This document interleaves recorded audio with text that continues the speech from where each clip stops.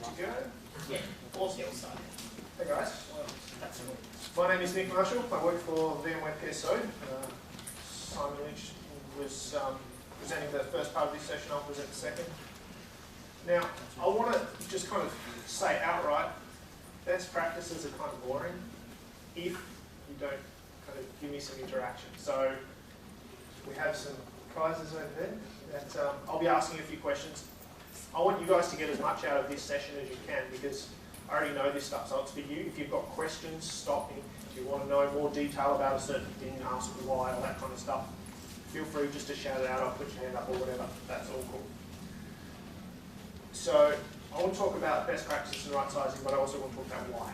Okay, that's the most important part of it. It's not the setting itself. If you just go and read a white paper and it says set X to Y, and you don't understand why, what's the point? Right? You don't understand what ramifications that can have in your environment, right? So I'm going to talk about hardware. I'm talking about the physical host hardware here. I'm going to talk about the virtual hardware, the VM itself, and then I want to talk to you about ESX Top, which is probably the most underutilized troubleshooting tool within vSphere. Is that cool? All right. So I have a question for you. What can you change in your BIOS to actually improve things within the vSphere environment? Yep, so you turn on the hardware virtualization. Yep, very good. There's also the NX flag. I don't know, that's a performance thing, it's a security thing. Yep, so it's to remote code execution is what it knows. Yep, anybody else? Is it okay to disable hyperthreading? Sorry, what's that again? Disable hyperthreading? Disable hyperthreading. That's an interesting one. We'll get there. Anybody else? Mike? Enabling the peak performance of the CPU for VMware FT. So you're talking about the... so just an idle in a lower power state. Yeah, okay, so you're talking about the C states of the CPU. Yep, all right. So let's have a look at a couple. I'll just make mention here, most of the settings in here come out of the vSphere performance white paper. Just Google vSphere performance white paper and you'll see it. Most of the things that I'm talking about today are coming out of that. It's like a 40-page document. Obviously, I'm not going to cover everything in this session. All right. Do you know you can disable cores in the BIOS? Do you know that I've seen some BIOSes come out of the factory with some cores disabled? You might want to check that because you're not getting the performance you paid for, I guarantee it. Why do you do that? All right, turbo boost. So as Mike was saying, some of the BIOSes actually allow you to throttle the performance of the CPU, and this is to do with the green movement, I guess. Do you want your server to use less power? So if you use part of the server that uses a lot of power, so you can actually make it so that it doesn't peak at such a high performance level. Let ESX handle the performance of it. We can actually talk to the CPU and tell it to ramp down if there's not a need. So we can control all that. And don't worry about writing all these either, guys, because the slides are available. Hyperthreading. You mentioned disabled. That setting was a recommendation back in 3.5 days for ESX. We now recommend that hyperthreading is enabled. ESX will take advantage of hyperthreading. We understand that it's a logical core, not a physical core. So that's certainly something that you want to check, especially if you've got older environments that you've upgraded, but you haven't gone back and checked your BIOS settings. So make sure that you check that one. Anybody know what NUMA is? This is a good question for one of you guys. Okay, do you know what it does? Yeah, it's when you've got memory attached to different processes. And when you go from one process to the other, it takes time and slows everything down. May get surprised. Alright, so I'll just repeat that for everybody. So what NUMA does is when you've got multiple CPUs, your system memory, your RAM, is divided up between those CPUs, and you've got higher speed, not high speed, everything's high speed when you're talking about system buses, higher speed buses between certain CPUs and certain banks of memory, right? So what NUMA does is it actually looks at, okay, this core has this amount of memory. If we can understand that within the hypervisor, when your VM is scheduled to a certain core, or you're getting scheduled to a certain core, we only want to schedule those calculations to the core that is directly addressable to the memory in the NUMA setting that is attached to that core or that processor. Because otherwise you've got higher latency. If your memory's over here and your CPU's over here, you've got higher latency and therefore it's going to degrade performance. Yes? When you say exposed to the actual guest VM on the Drupal, does it get exposed to the guest inside the actual guest core? I would have to check. I don't know. I thought with five, the whole point is specifying cores versus sockets was to expose NUMA to the guest. Quite possibly. Quite possibly. Node interleave disabled. Why? Anyone? So it's managed by VMware. So this is a little bit hazy, but my understanding is node interleaving means that you can actually use memory from multiple NUMA nodes. So it actually kind of bridges them together. So you've got some of your memory in one and some of the memory in another. We don't necessarily want that. So by default, you'll still be able to access all of your system memory. So if it takes up more than one NUMA node, it's not a problem. We'll spread it across that. But by default, we don't want to spread it. Is NUMA and a general good for all workloads, or is it specifically good for certain types of virtual machines? So my understanding for VMware is that it's good, but the reason that they put it in there is because for specific workloads, I believe if you're running physical SQL boxes with big chunks of memory, that it's best to disable it, but I'm not 100% sure. That's the physical world. I don't dabble in that realm. I don't claim to know. That'd be Dragons. Alright, hardware assist. This is somebody said talking about enabling all of the different ones. So depending on your CPU model, you're going to have different hardware assisted options. Just turn them on, guys, because we don't care. I mean, we'll do the virtualization anywhere, but wouldn't you rather do something on silicon than in software? Makes sense. It's going to use less CPU cycles to do it in hardware, right, guys? So turn them all off. This one is the most common one that is not done. Who has floppy controllers enabled, even if there's no floppy drive in the server? I bet most of you. But it's not just floppy drives, COM ports, parallel ports. These are all legacy things. Unless you've got a brand new server with like a, AirFi BIOS, all of this stuff dates back to the 440BX days, right? They've all got it. All they're doing is interrupting the CPU more often than what is necessary, so disable them. Go in and just get rid of them, because I guarantee you're not using your floppy drive. Is it still a default when you create a brand net new virtual machine that will be a floppy controller? I'm talking hardware here, as in physical hardware. Oh, right, sorry. We will get to the virtual hardware, and yes, you're right, it is there, and we will disable it. Alright, and when we were talking about C states before, the power management, set it to operating system control. So ESX is the operating system. We will go in and manage the power states for you. So that's all we've got for CPU. Memory. Alright. So there's not much apart from NUMA nodes to actually make sure that your memory is matched to CPU speed. But within ESX itself, there are 4 types of memory management techniques. Go. Alright, I want somebody to name 2. Shared paging. Sorry, transparent page sharing? Yep. Ballooning, swapping, compression. Divvy them up, I Oh, don't care. You cannot give one to Mark or Mike. Someone else. swag. Someone else. Yeah, over the back in the middle. Someone put your hand up if you want a prize. Oh, yeah, everyone's going to put their hand Of course. This This guy. one, compression, TPS, ballooning. That one, yep, sorry. There's There was 2 more. They aren't claimed to go back in the pile. We said compression. There's 4 main ones. TPS, ballooning, compression. Swapping to SSD. Well, not necessarily, if it's there. Right. So they're the main ones. So, what I want to know is, you guys all virtual admins or architects or whatever, how many of you actually have memory contention in your environments? Who does it deliberately? Sort of. Yeah, environment. In dev environments? Yep. Any other times when you don't actually care?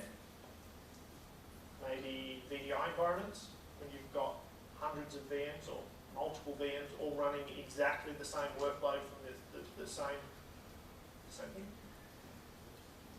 Memory overcommitment isn't an issue, right? We deal with it in very clever ways. Depending on how much you overcommit, it can become an issue. So what I want to do is I want to explain what each of these mean, and within the console itself, how you can actually see how much you're overcommitted. So we specify high, soft, and hard. And one thing to note is the min free depends on how much memory your host has. So if you've got 512 gig of RAM in your host, the minimum amount of memory free might only be 1%. I don't know what the exact number is, it's a calculation that gets made. But if you've only got, say, 64 gig or 32 gig in your host, then we're going to want to reserve more of that just in case, right? So I'll explain the four main ones in relation to TPS. Now, I didn't do these pictures, all right? This comes from a really good poster. You've probably seen the VMware posters. Another TSO gentleman, Hanny and Michael, did this great poster, and I've kind of just carved it out. So you've all seen this, right? Who hasn't seen this? Anybody? Okay, good. Within here, it actually tells you whether you've actually read it or not. Most people just gloss over when they just look at the pretty picture, right? So we can see shared, right? That's TPS, right? So that's memory that's shared between VMs. So if you're running two VMs, they've both got 2008 R2 on them, well, a lot of the files that are loaded into memory by both those operating systems are exactly the same. So what TPS does is it's like dedupe for your RAM. So you've got two VMs, they've both got A in memory. What we do is we take a hash of every single block of memory, we look at that hash and compare it to anything else, right? We don't want to actually compare the memory contents because that's a security risk, right? So we take a hash of it and we go, well, why are we storing A twice or 4 times or whatever? Let's just put a pointer to say, this memory location, there's a copy here. That's what TPS is, dedupe. Questions about TPS? Who's not running it? Who's actually disabled it? Anyone? There's obviously an overhead in mapping the virtual machine to the physical machine memory. But I can say that most modern CPUs now support NPT nested page tables, which This takes advantage. does it take advantage of, or does NTP make this sort of mapping different? No, it doesn't. It takes advantage of it. So it uses that. We're talking about hardware features within the CPU. So this is effectively like nested page tables. So that's TPS. That's the least, I guess. That's the nicest one. If you've got, unless you've disabled it, everybody's running this. It happens by default. That's why when you actually have a look at how much memory on your host is available to how much you calculate all of the amount of RAM that your VMs are using, it's not actually, so you consumed 488, you add all your VMs up, it doesn't equal what is actually being consumed on the host. I'm going to have to put some gaffers. I used to make a joke about this on my training courses. If you add up how much memory is saved by the TPS, it then not only cancels out but exceeds the virtual machine memory overhead. So therefore you get your virtualization for free. Okay. And everybody used to piss themselves off when I said you got your virtualization for free. I had so many comments that I'll make about competition there, but I won't. Alright, ballooning. So, who's not running VMware Tools in their guests? Anyone? You don't get a prize if you are, so don't. It's pretty essential, guys. In fact, unless you've got a really, really, really good reason to do it, I can't actually think of a use case. You got one? No? have you got a use case for not using VMware Tools? Actually, I'm not sure about this one, but I'm building a VM on vSphere 5. I Yep. know the VM is going to end up running on vSphere 4. Okay, so you would set your hardware version when you create the VM, To 7, yep. so it's compatible. How about VMware The Tools? VMware Tools. Wait till I move the VM to the right place. Well, I'm not talking about when you're doing templates. So whether you should do it now or later. This is actually a templating scenario, I guess. The template's going to live on a different version. Yeah, it doesn't. Yeah. To be honest, I don't know if it would matter. I'd like you to let me know if it does. Okay, will it downgrade VMware Tools for you to the right version? So VMware Tools, I would have thought It's tied to a version of VMware. when we can migrate VMs between versions of clusters, no problem at all. So I would have thought that they were backwards compatible, but I haven't actually done it in lab myself to test it. But you're going to be running VMware Tools, right? It doesn't matter if it's on a 4.1 or a 5 or a 5.1 or whatever, you're going to be running it. If you're not running it, you can't take advantage of ballooning, you can't take advantage of heaps of stuff. You can't run VMXNet 3 days. So ballooning, what it does is it goes into the guest operating system and it asks VMware Tools, hey, I need memory. Can you please unload some of your less used memory tables? Just unload them from memory. You've still got them on disk, so you can reload them if you need to. And then I'll reclaim that memory back from you. So it's just saying, what if you load it into memory that you're actually not using? Now, the operating system, if it's using all its memory, it'll say, no, sorry, I can't give you anything. And this is effectively saying, okay, thanks for trying, I'll move on to the next VM and ask that guy, right? So this is kind of non-intrusive. It's not going to degrade any performance because if that machine needs to load something back into memory, it will, and it will be available in memory, right? So the first two memory techniques, you don't get any performance issue, no performance hit at all, right? I thought with ballooning, the whole point was to force, usually ballooning would happen when the host is getting scarce resources, memory resources. Yep. The whole point was to force the guest to swap to disk, so it could reclaim. No, we don't force anything to swap to disk in terms of the guest. Okay. So if the guest wants to swap, the guest can swap. But we will give the guest as much. So if you've got a VM, it's got 4 gig of RAM, and that's how much that guest has. But if you've got a piece of like I don't know, 5 gig of applications running within that VM, you've only allocated it 4 gig. So it has to kind of use some of its disk as RAM to accommodate that. What we're talking about is here, you've allocated 4 gig of RAM, but the hypervisor, ESX, says, I can't actually give you 4 gig. Can you just give me back a little bit so that you're not utilising so much? The VM still sees that it's got 4 gig though. So it's just asking it to release some of its memory.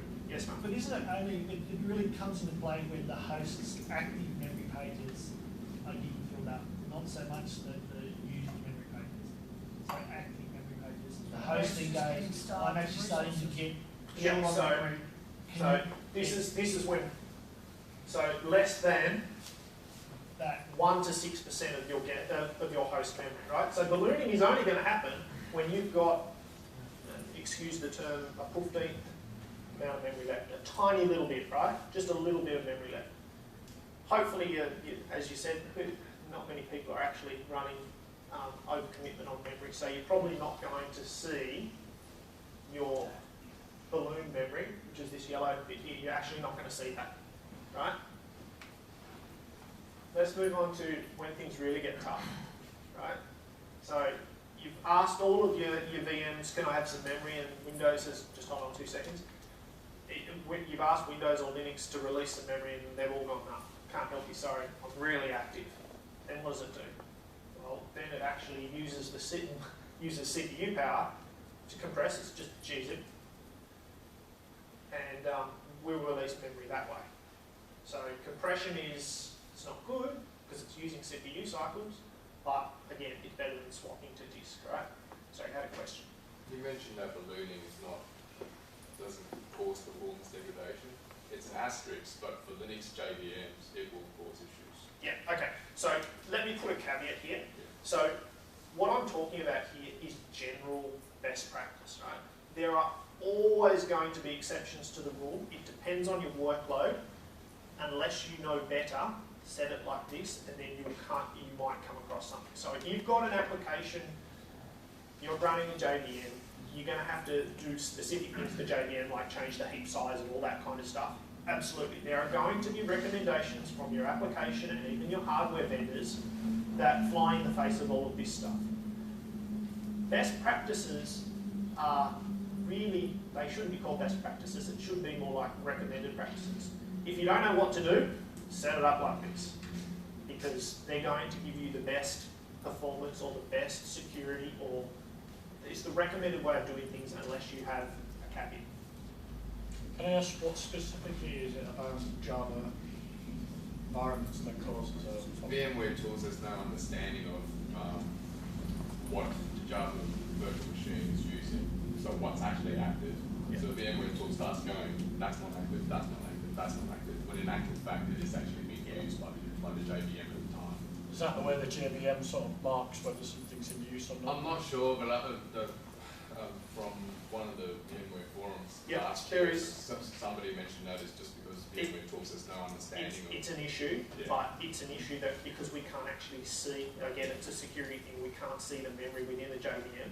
There is, however, specific settings that we recommend if you're running JVM inside VMs. And there's a white paper on VMware. And there's a white paper on it which has those settings. So I won't go into that here, but if you're interested in running JVM within VMs, that's certainly there. So compression's pretty easy to understand. There's a tiny little blip off there. This one's an interesting one because this has changed recently with the advent of SSDs. Now I'm sure there's some here. You can't tell me all about SSD, but okay. So what happens if the poo really hits the fan, right? So we want to avoid swapping at all costs. The reason we want to avoid swapping is disk is slow, right? You all know in the physical realm, if you start to actually use your swap file, things get really bogged down and slow because you're paging in and out from disk.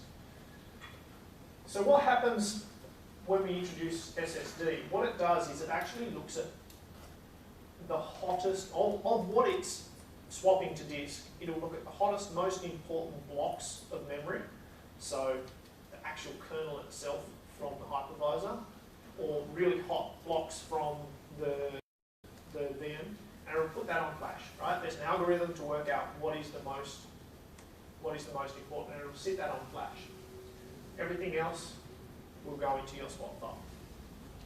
Keep in mind, if you set your swap file to be on the local host disk because it has lower latency than your SAN, what's going to happen to your vMotions? It'll still work. But you know what will happen? You'll have to copy the swap file as well.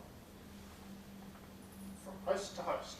So not only are you going to have to read all of the memory, put it over the VM network, the vMotion network, but you're going to have to read the swap from disk and put it over there.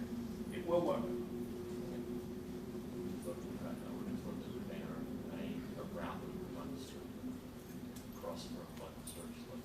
It's not actually doing it over the IP network, so it's pulling it out, it's pulling it off the host that it's sitting on, and it's migrating it over there. So it's doing so via the RAM. Sorry? It's via the swapping vMotion network. in, Yeah. swapping in, migrating around, and then swapping that out, back out again on the other. So it's slow. Alright, so I asked you before who disabled it. If you've disabled TPS, ballooning or anything, chances are you will swap, right? If you get up to that end, you don't want to disable stuff, right? If you want to avoid swapping, which I know you will do, don't disable it. If you are going to overcommit and you are going to swap, you're in an environment where it's just going to happen for whatever constraint that you've got. The reason is, make sure you've got enough space. Don't use thin provisioning on your swap. Right? You don't want to run out of swap space because the way that the hypervisor actually talks to the host and understands that this is swap memory, it doesn't understand that it's on a thin provision volume, right? So if you run out, it's just all of a sudden out of memory. It's like, oh, I had 4 gig, but now you're saying I've only got 2, what's going on? There you go. Local swap slows down vMotion. Swap shouldn't be thin provision. Any questions on memory and swapping and settings? Yeah. With the SSD, so obviously, let's say in a test environment, you want to do host swapping to SSD itself. Yep. How bad is the performance? So, for example, if you have a bunch of VMs and because you can say only give a VM, say 100 megs of real RAM. Yep. But it's got 4 gigs. Most of that will basically go to SSD. What's the mechanism? How does it actually connect to that SSD? Is it using memory to actually intermediate between the data, or is it directly actually accessing the SSD? No, so everything's through memory, right? It's still, so what it does is it has a page table, and instead of that page table that's in memory, the page table is always in memory, instead of it referencing other blocks in memory, it references blocks on the disk. Okay. So when it goes to look up where is this block that I need to read, from the page table, that page table says it's on the SSD and it goes to the SSD and reads it. In terms of relative performance, SSD is better than SAS, SATA, FudgeChamp, whatever, right? But there is nothing faster than your main memory. It doesn't even come close, right? It's good. It's much better than mechanical disk. I do have my contact details are on here afterwards. If you email me and remind me, there is an article that actually gives you some kind of scale on speed of just how, if a mechanical disk is this fast, the main memory is this fast, where is swapping in relation to that? I've got an article that actually visually represents it. So if you hit me up afterwards and I can show you that. Yes? Are there any recommendations on when and where to use reservations in memory? Because reservations are currently set to 0. Memory is delivered on demand. Yep. If you run out of memory, then that's when we get balloning and so on. So if you've got recommendations about reservations, I would say, unless you've got a reason to reserve something, don't, just because it's another thing to manage and troubleshoot if there's an issue. But if you've got a critical VM that you do not want to swap, regardless of what all the other VMs are doing, and you want this VM to perform from a memory perspective on time, all the time, every time, then reserve X amount of memory that it needs. If you don't reserve it, it's up for techniques to do other things with memory. You're effectively sharing that memory with everybody else. Although most people here don't over-provision their memory based on the hands anyway. So. One thing, if you never reserve anything, then admission control won't work because it goes off the reservations. If you don't reserve anything, yeah, I think the slot size in HA is based on the reservations. Yes, because it uses, if you've never, I always set the reservation to be the smallest active memory size of my production VMs. Because, so you're saying, I thought it still had just sort of as default, it just had a reservation. It was just a you can tell it's reserved nothing. open. No. Wasn't there a Mission default? control Like one- regulates your slot sizes based on who's running VMs and yeah, so it's takes admission a control larger is still going to cost. work. Admission control still will work if there's no reservation. Really? Yes. What does it use? What does it use? It uses the amount of memory, the biggest, so your slot size is based on your biggest VM. Oh, I'm using percentage rather than slot size because slot size just didn't work. Our biggest VM is like this and we've got 100 ones like this. The slot size wouldn't have been. No, but don't But forget, it's not- slot size doesn't work out. Slot size breaks it down, so it might say that, one of your VMs takes up 10 slots, another takes up 2 slots. So it works out how many slots you've got across your entire farm. First time I looked at it, the slot size was the size of the biggest memory. It's the largest one. No, because I was just reading from my VCAP, it actually says slot size is based on, it's a formula based on how much resources you have, and then it works it out, and one machine isn't going to be one slot. one machine can take up multiple slots. Well, they must have improved that in recent versions. Last time So that'd be 5.1. Okay. Now 4.1's the same. Sorry, say that again. Slot size is the entire aggregation of the clusters, so it's not just a single host. Yeah. Yes. Yes, because the whole thing, the mission control is cluster wide, not those yeah. So, again, if you don't have reservations set, what's it going to use? Alright, let's talk about that after. I just want to make sure that I can cover everything. I see your point, we'll talk about that after, right? Alright, let's talk about storage quickly.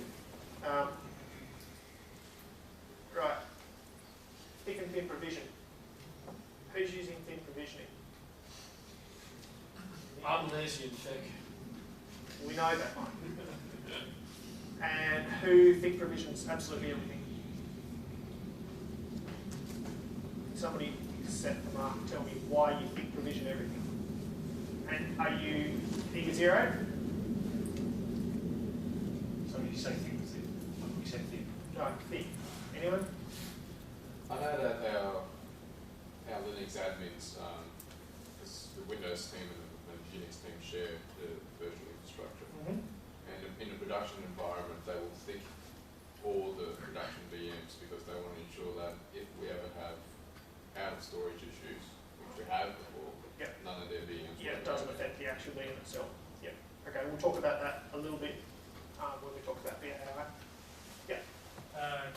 Macmillan Storage Array recommends thick provisioning VMs because they think they can do thin provisioning better Yep. than storage. All right. So, and that's what I was going to ask. So, the people that are doing thin provisioning, where are you doing it? Are you doing it at the VMware lab, or are you doing it at the storage lab? Both. Oh, there we go. We have a winner. Dangerous. Yeah. So, thin on thin. We'll talk about that. So, those that are thick provisioning on newer or compatible arrays, make sure you check out your VAI primitives, because a lot of the reason that VMware admins are lazy, right? We like things to be kind of easy. We just kind of make a machine here, a machine there. We want things to happen quickly. I know when I first started out doing virtualization, the reason that I did thin provisioning was because I didn't have to wait. Right? It happened straight away. It was easy. I didn't care about the performance characteristics of thin versus thick. That was just my perspective before I knew any better. But one thing that we've got better at VMware is talking to the other components within the infrastructure. So storage APIs for array integration allows us to actually talk to the array and say, hey, create me this 40 gig disk, but can you do all the work? Because if you didn't know, what happens is when you create a disk, it actually sends ones and zeros down the wire to the storage array, zeros to zero out the array. It touches every single block on that 40 gig disk when you provision it. Wouldn't it be better if we could actually tell the array, create me a 40 gig disk and tell me when you're done, rather than having to talk line speed, fiber speed, whatever it is, to the array? It would be better if the array could just say, done, and it actually sends you a message back. So that's what array APIs do.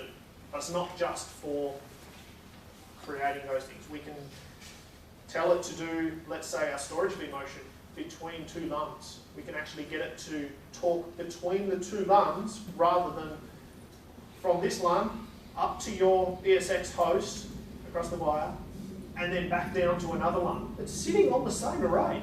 Why should it go through the host? Right? So we use array API. It's a horrible, horrible term. VAI to actually tell the array to do work for us.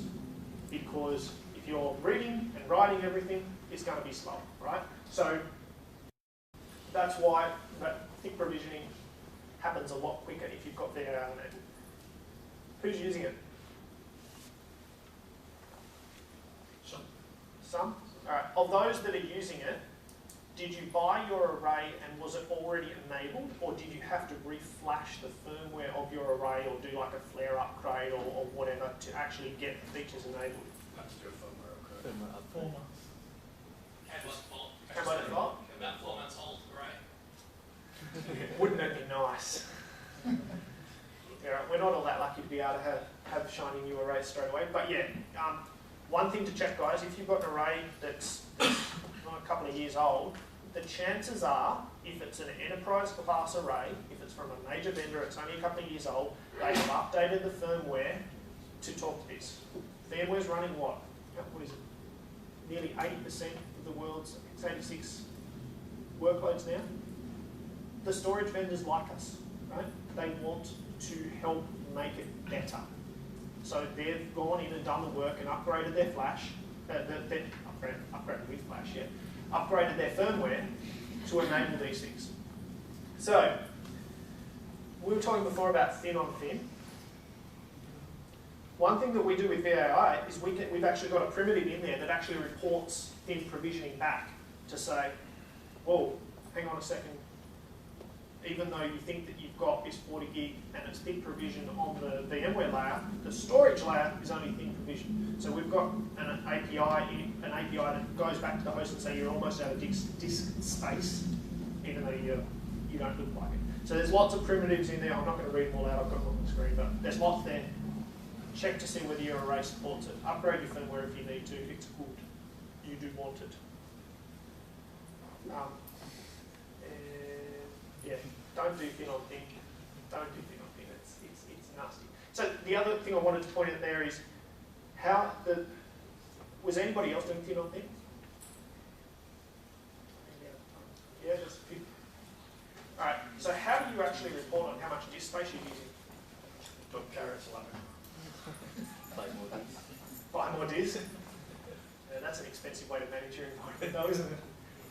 All right. So keep in mind that management is key here. You get a performance hit as well because you're going to have to zero stuff out as you go. But just be careful, especially if it's in a production environment. You could come up against some nasty walls pretty quick. So if that's the case, where should you do the thin, on the virtual disk or on the array? Well, it depends who wants to manage it. So, I'm a Mr. VMware guy. We are happy, we will look after your thin provisioning. If you would prefer your storage team, if they're separate, to look after the thin provisioning, that is up to you. It doesn't matter from a performance perspective from us. We don't care. We prefer you not to do it in both places though, because it's management issues. I think the reason that some people like thin on VMDK is when you're running out of space in the guest. It means you can allocate a chunk of space to guest OS, especially the boot disk, filling. And I guess that goes back to the days when you couldn't hot make a disk, add a disk, do the volume management. Yeah, that's right. So it's comes down to process. That's what it really comes down to. Who owns it? Who's looking after it? Hopefully someone. If it's thin on thin, it might not be either. Yes? I've got to preface that previously the storage that we had was thick, and we've just recently got new storage and that's thin now. So that's why we're thin at the moment. Okay, fair enough. So you're not doing that, you're migrating, right? You're just migrating. Just haven't got around to migrating it. Alright, so who knows about lock aligning their guest OSs? Who's doing it? Are you all running old operating systems? It's not something we actually have to worry about with new operating systems that much anymore. Finally, we don't have to worry about it too much. So if you don't know, what happens is the VMDK, the disk with the guest operating system, doesn't line up with the VMFS or the standalone underneath it. So what you've got is you've actually got 3 IOs on your disk to read what should have been 1, 3 times the amount of IOs to read what should have been 1 time. So what we do is we prefix the VMDK by a certain amount, usually 64K, right? Because that's a multiple of 8, and therefore everything's going to be in line so that everything looks like that. Anybody got any questions about that? It's like the oldest trick in the book. How much does it give performance improvement if you align your disk? Somebody want to answer? 63 times? 3 times.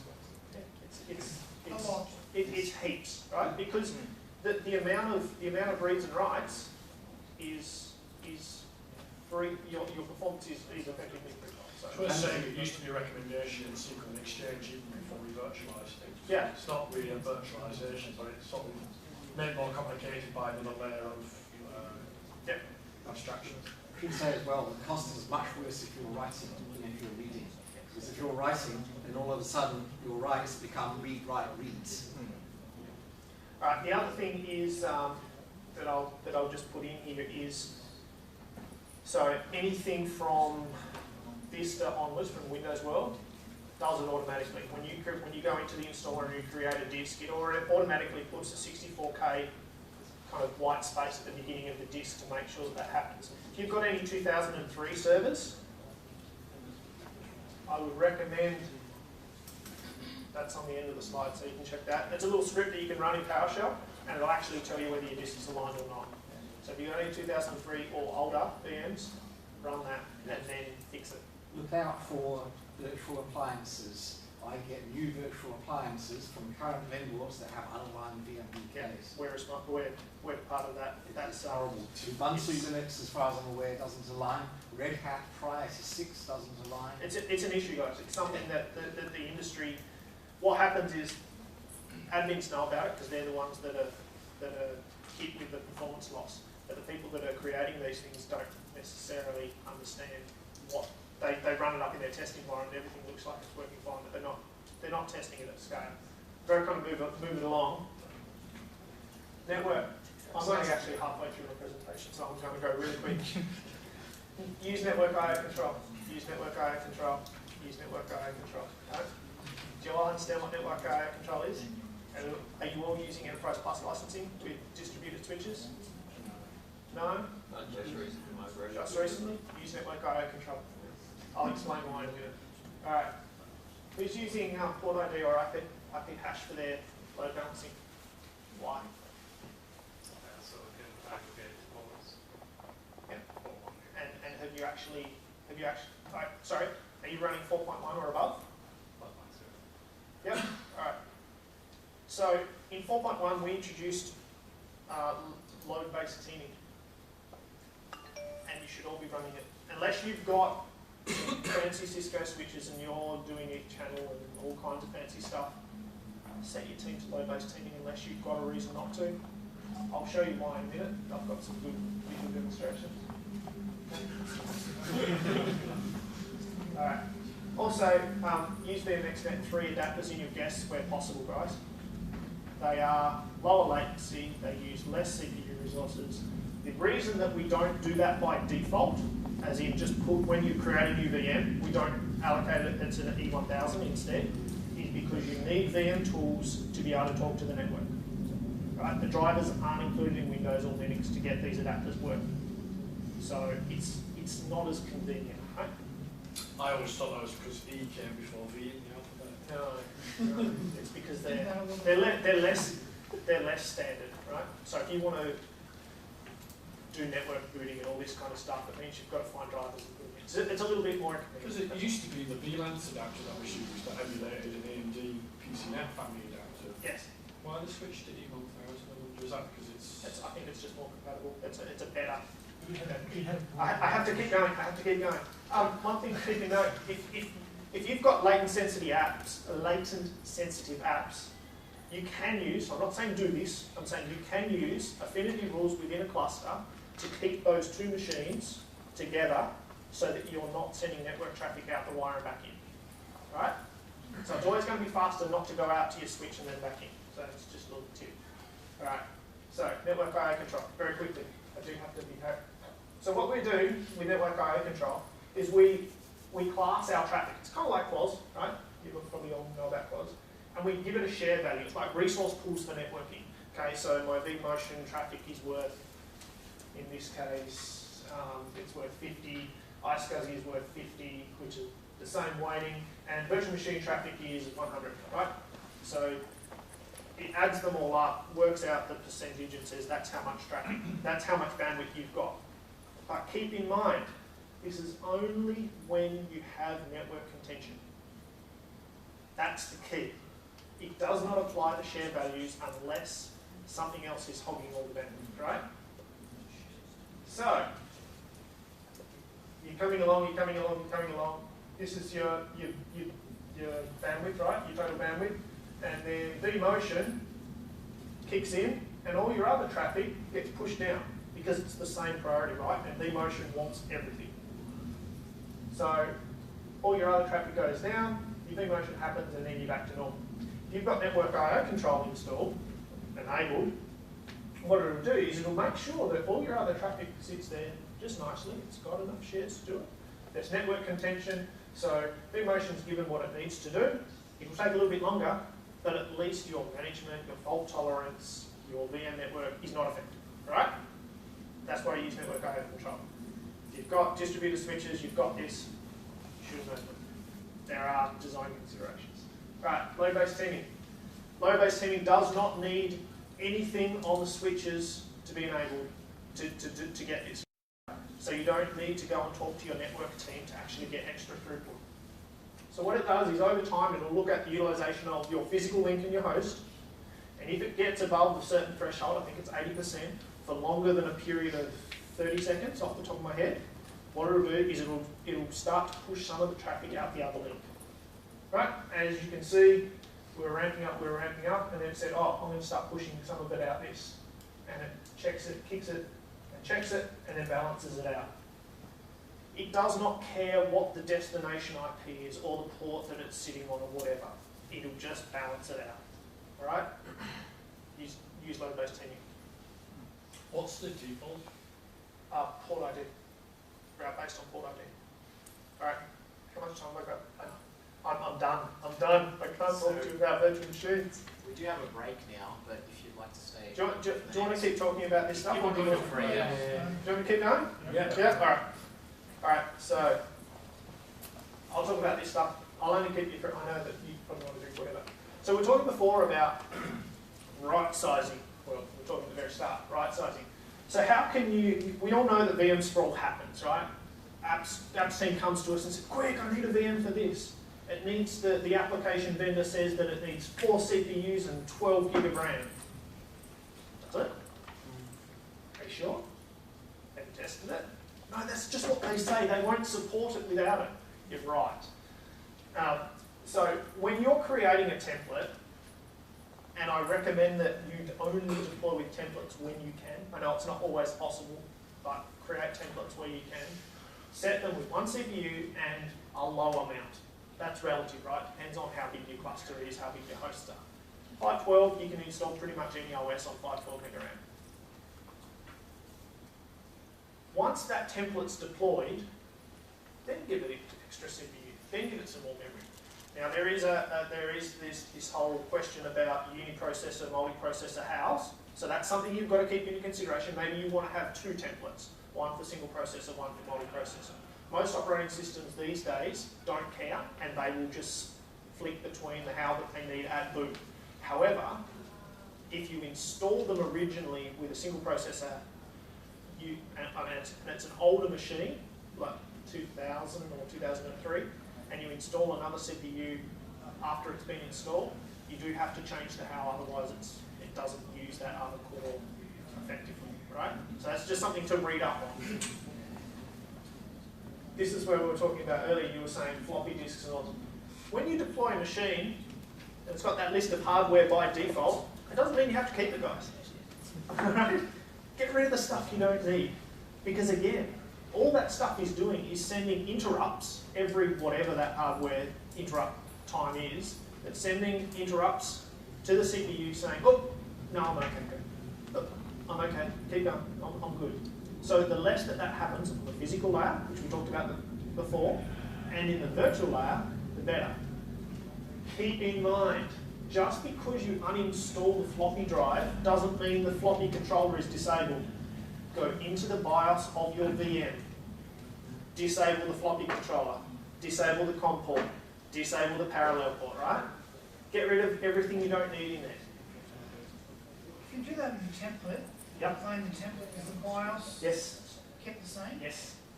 Yep.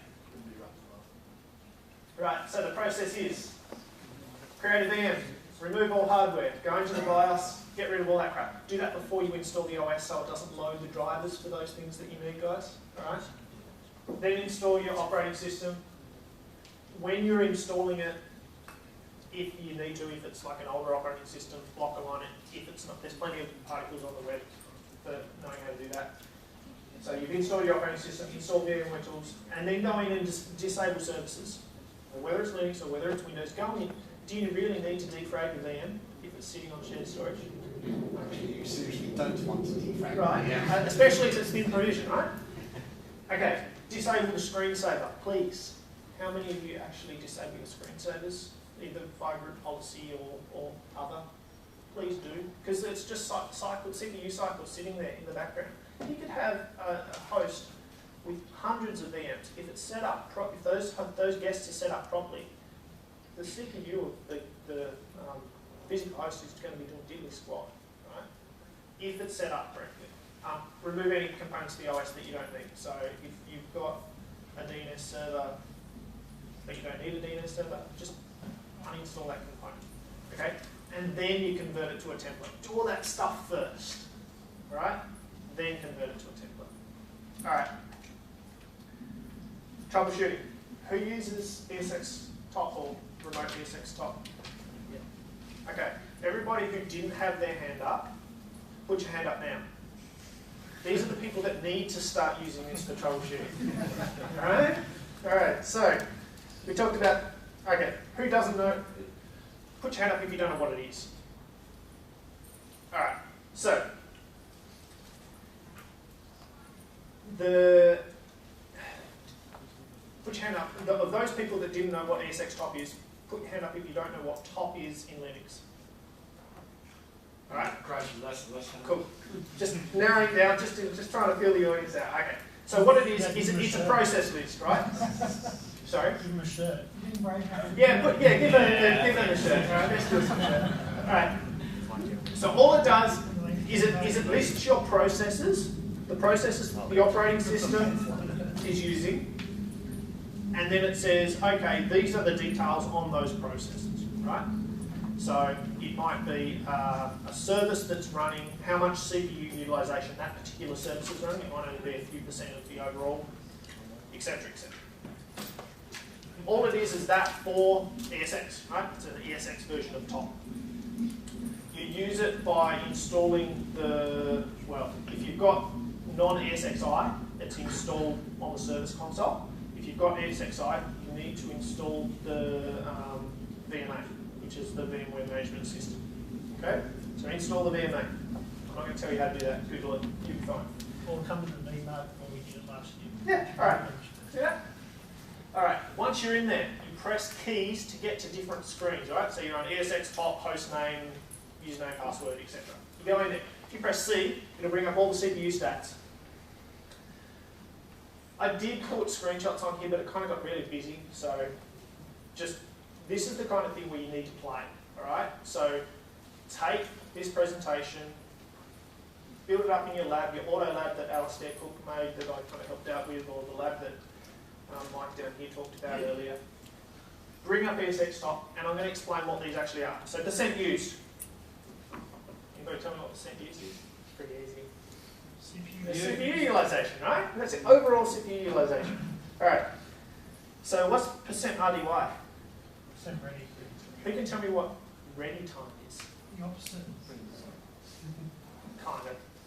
Anyone? Time the processor's been waiting to do something. Which processor? The physical processor. No. Virtual machines. Alright. So what ready time is, if you've got a VM that has a virtual CPU and it says, I need to be scheduled onto the physical CPU to do some work. And the physical CPU says, oh, just hold on 2 seconds, I'm busy doing something else. And that virtual CPU sits there goes, I'm ready, let's go, come on. And then the physical CPU says, okay, I'm ready. And then it gets scheduled onto the physical CPU. The ready time is the amount of time that the CPU is just sitting there waiting, doing diddly squat that it wants to, right? So, SWPWT. Anyone? Yeah, okay, so how long a VM has to wait for swap pages read from a disk. This is probably Oh, sorry, the percent ready, if it's over 10, you've got issues. So that's what those little ones on the side. That's the threshold. So if it goes bigger than that number, you've possibly got performance issues. There's a really, really good poster that I've got linked at the end of this show that actually shows you all this stuff. So, swap. What about the MLMTD? Anyone? Okay, so that's to do with ready time as well.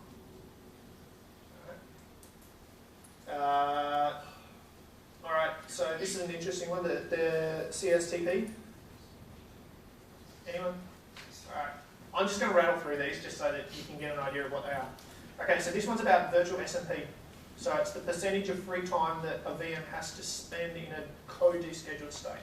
So if you've got 2 CPUs in a VM, keep in mind that you need 2 physical cores for that VM to schedule 1 instruction.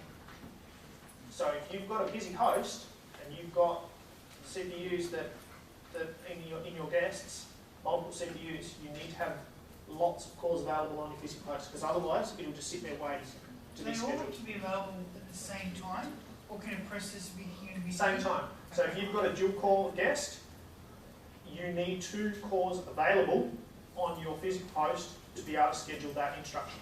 But I thought 5.0 and 5.1 have an improved relaxed host scheduling algorithm. It's improved. But it doesn't require it to be No, it's both not. at the same time. No, it's It can tolerate it's not purely, oh, you've only got 1 instruction, I'll just do that instruction. It kind of yeah. All right. So memory. All right. So MCTLSZ, amount of guest memory the ESX host is reclaiming by the balloon driver, right? So if you don't want a balloon, make sure that's under 1, right? Zip, well, we talked about zip. We want that to be under 1. Yeah, I need to go. I know. And there's lots more. And there's lots more. So network, drop packets. Nick, what's the white paper that it come from? Okay, I've linked it on the last page. All right, and disk. So we'll talk about guest averages, kernel averages, queue averages, device averages. So it talks about what the latency is that the VM's seeing when it's reading and writing from the disk. And any question? We've had lots of questions answered. That's me. That's my blog. I help with the Brown Bag podcast. You all should download the Brown Bag podcast if you want to know anything about virtualization. And if you want to do all this stuff in your lab to test out before you put it in your production environment like you should, go to labguides.com. Alistair Cook developed an awesome lab, and I kind of help set stuff up. Where's it going to be available, Mark? Will all the information be up on the vmug.com site? Okay. All right. So download the presentation. Thanks, guys.